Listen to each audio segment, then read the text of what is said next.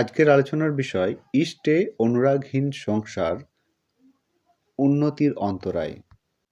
আসুন আজকে ভিডিওর মধ্য দিয়ে এই আলোচনার বিষয়টির প্রতি শ্রী শ্রী ঠাকুর কি বলেছেন জেনে নিই। তবে প্রথমে পরমদয়াল শ্রী শ্রী ঠাকুরের শ্রীচরণে সকলের মঙ্গল কামনা করে আজকের আলোচনা শুরু করছি।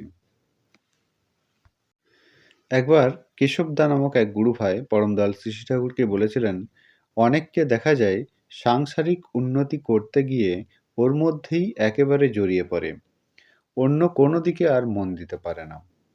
শ্রী শ্রী ঠাকুর তাঁকে জানিয়েছিলেন, ইষ্টে অচ্যুত অনুরাগ না থাকলে সবই হাউই বাজির মতো হয়, উন্নতি স্থায়ী হয় না, নিজের চরিত্রের ভিতর অসামঞ্জস্য দেখা দেয়, তাতে সব দিককার সামঞ্জস্য করে চলতে পারে না।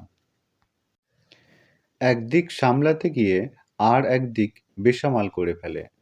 আমার কথা হলো, প্রথমে দীক্ষিত হও, আমার কাছে এসো, সেইভাবে করো এবং সবই তুমি পাবে। আলোচনাটি এ পর্যন্তই। আলোচনা প্রসঙ্গে নবম খণ্ড পৃষ্ঠা 17। আপনারা সকলে ভালো থাকবেন, সুস্থ থাকবেন। সকলকে জানাই রানন্দিত জয়গুরু।